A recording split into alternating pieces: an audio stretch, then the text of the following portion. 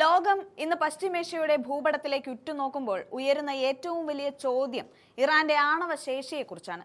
എന്നാൽ ഈ ചോദ്യത്തിന് പാശ്ചാത്യ മാധ്യമങ്ങൾ നൽകുന്ന ഉത്തരങ്ങളല്ല യാഥാർത്ഥ്യം. ഇത് കേവലം ഒരു ആണവ ബോംബ് നിർമ്മാണത്തിന്റെ കഥയല്ല, മറിച്ച് പതിറ്റാണ്ടുകളായി ഇറാന്റെ മേൽ അടിച്ചേൽപ്പിക്കപ്പെട്ട ക്രൂരമായ സാമ്പത്തിക ഉപരോധങ്ങൾക്കും ശാസ്ത്രജ്ഞർക്ക് നേരെ നടന്ന ഭീരുത്വപരമായ കൊലപാതകങ്ങൾക്കും സൈബർ ആക്രമണങ്ങൾക്കും മുന്നിൽ തലകുനിക്കാത്ത ഒരു ജനതയുടെ ആത്മവീര്യത്തിന്റെ പോരാട്ടമാണ്.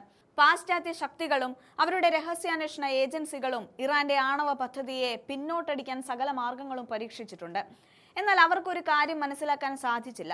പദ്ധതിയുടെ ആത്മാവായ അറിവിനെ ഇല്ലാതാക്കാൻ ഒരു ബോംബിനും സാധിക്കില്ല എന്നതാണത്. ഇന്ന് ഇറാന്റെ ശക്തി എന്നത് ഏതെങ്കിലും ഒരു ഫാക്ടറിയിലോ റിയാക്ടറിലോ ഒതുങ്ങുന്നതല്ല, മറിച്ച് രാജ്യമൊട്ടാകെ പല തട്ടുകളിലായി നിർമ്മിച്ച സ്വയം പര്യാപ്തമായ ശാസ്ത്രീയ സംവിധാനത്തിലാണ്. യന്ത്രങ്ങൾ തകർക്കാം, പക്ഷേ അത് നിർമ്മിക്കാനുള്ള സാങ്കേതിക വിദ്യ ഇന്ന് ഇറാന്റെ മണ്ണിൽ വേരോടിക്കഴിഞ്ഞു.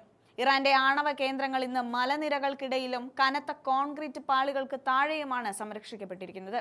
അമേരിക്കയുടെ ഏറ്റവും ശക്തമായ ബങ്കർ ബസ്റ്റർ ബോംബുകൾക്ക് പോലും തകർക്കാൻ കഴിയാത്ത വിധം ആഴങ്ങളിലേക്ക് വ്യാപിച്ചിരിക്കുന്ന ഈ തുരങ്ക ശൃംഖലകൾ ഇറാന്റെ സൈനിക പ്രതിരോധത്തിന്റെ കരുത്താണ്. ഒരു കേന്ദ്രം ആക്രമിക്കപ്പെട്ടാലും മറ്റൊരു കേന്ദ്രത്തിലൂടെ പ്രവർത്തനം തുടരാൻ കഴിയുന്ന വിധത്തിലുള്ള ഈ സംവിധാനം ലോകശക്തികളെ പോലും അമ്പരപ്പിക്കുന്നതാണ്. പാശ്ചാത്യ ശക്തികൾ എത്ര തന്നെ സമ്മർദ്ദം ചെലുത്തിയാലും സ്വന്തം സുരക്ഷയ്ക്കായി ഏതറ്റം വരെയും പോകാൻ ഇറാൻ സജ്ജമാണ് എന്ന സന്ദേശമാണ് ഇതിലൂടെ നൽകുന്നത്. ആണവ പദ്ധതിയുടെ ഹൃദയമായ സെൻട്രിഫ്യൂജ് സാങ്കേതിക വിദ്യയിൽ ഇറാൻ ഇന്ന് ലോകോത്തര നിലവാരത്തിലാണ്. ഉപരോധങ്ങൾ മൂലം പുറത്തുനിന്ന് ഒരു സ്പെയർ പാർട്സ് പോലും ലഭ്യമല്ലാതിരുന്ന കാലത്തും സ്വന്തമായി അത്യാധുനിക സെൻട്രിഫ്യൂജുകൾ നിർമ്മിച്ചെടുക്കാൻ ഇറാന് സാധിച്ചു. യുറേനിയം സമ്പുഷ്ടീകരണത്തിൽ 20%, 60% പിന്നിട്ട ഇറാൻ തങ്ങളുടെ സമാധാനപരമായ ആവശ്യങ്ങൾക്കായി എത്രത്തോളം വേഗതയിൽ മുന്നേറാം എന്ന് തെളിയിച്ചു കഴിഞ്ഞു. അമേരിക്ക ഏകപക്ഷീയമായി ആണവ കരാറിൽ നിന്ന് പിന്മാറിയതോടെ തങ്ങളുടെ അവകാശങ്ങൾ സംരക്ഷിക്കാൻ ഇറാൻ കൂടുതൽ തീവ്രമായ ഗവേഷണങ്ങളിലേക്ക് നീങ്ങിയിരിക്കുകയാണ്. അടുത്തിടെ പാകിസ്ഥാനിൽ നടന്ന ചർച്ചകൾ ഫലമില്ലാതെ അവസാനിച്ചത് ലോക ശ്രദ്ധ വീണ്ടും ഇറാനിലേക്ക് തിരിക്കാൻ കാരണമായി. സമാധാനപരമായ ചർച്ചകളിലൂടെ പ്രശ്നം പരിഹരിക്കാൻ ഇറാൻ തയ്യാറാണ് എങ്കിലും ഏകപക്ഷീയമായ നിബന്ധനകൾ അംഗീകരിക്കാൻ ടെഹ്റാൻ തയ്യാറില്ല. അമേരിക്കയുടെയും യൂറോപ്യൻ രാജ്യങ്ങളുടെയും ഇരട്ടത്താപ്പ് നയങ്ങളാണ് ചർച്ചകൾ വഴിമുട്ടാൻ കാരണം. ഇറാന്റെ ആണവശേഷി ഇപ്പോൾ കേവലം ഒരു പ്രാദേശിക പ്രശ്നമല്ല, അത് ആഗോള എണ്ണവിലയെയും ഹോർമുസ് കടലിടുക്കിലെ വ്യാപാര സുരക്ഷയെയും നിയന്ത്രിക്കാൻ ശേഷിയുള്ള ഒന്നായി മാറിയിരിക്കുന്നു.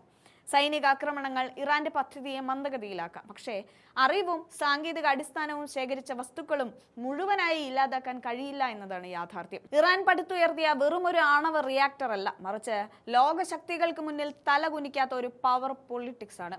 ഇസ്രായേലിന്റെ രഹസ്യ ഓപ്പറേഷനുകളെയും അമേരിക്കൻ ഉപരോധങ്ങളെയും തട്ടിമാറ്റി പർവ്വതങ്ങൾ തുരന്നു നിർമ്മിച്ച ഈ ആണവക്കരുത്ത് പശ്ചിമേഷ്യയുടെ ഭൂപടം തന്നെ മാറ്റി വരയ്ക്കാൻ ശേഷിയുള്ളതാണ്. ഇതൊരു രാഷ്ട്രത്തിന്റെ അതിജീവനത്തിന്റെ ചരിത്രമാണ്. വിദേശ സൈനിക ശക്തികൾക്ക് മധ്യപൂർവ്വദേശത്ത് ഇനി ഏകപക്ഷീയമായ തീരുമാനങ്ങൾ എടുക്കാൻ കഴിയില്ല എന്ന വലിയ പാഠമാണ് ഇറാൻ നൽകുന്നത്. കുറച്ച് യുറേനിയം സമ്പുഷ്ടീകരിക്കുന്നതിലോ അല്ലെങ്കിൽ ഒരു ബോംബ് നിർമ്മിക്കുന്നതിലോ ഒതുങ്ങുന്ന ലളിതമായൊരു കഥയല്ല ഇത്, മറിച്ച് ഒരു രാഷ്ട്രത്തിന്റെ ആത്മവീര്യത്തിന്റെയും സാങ്കേതിക കരുത്തിന്റെയും ലോകശക്തികൾക്ക് മുന്നിൽ തലകുനിക്കാത്ത ദേശീയാഭിമാനത്തിന്റെയും ഉച്ചത്തിലുള്ള പ്രഖ്യാപനമാണ്.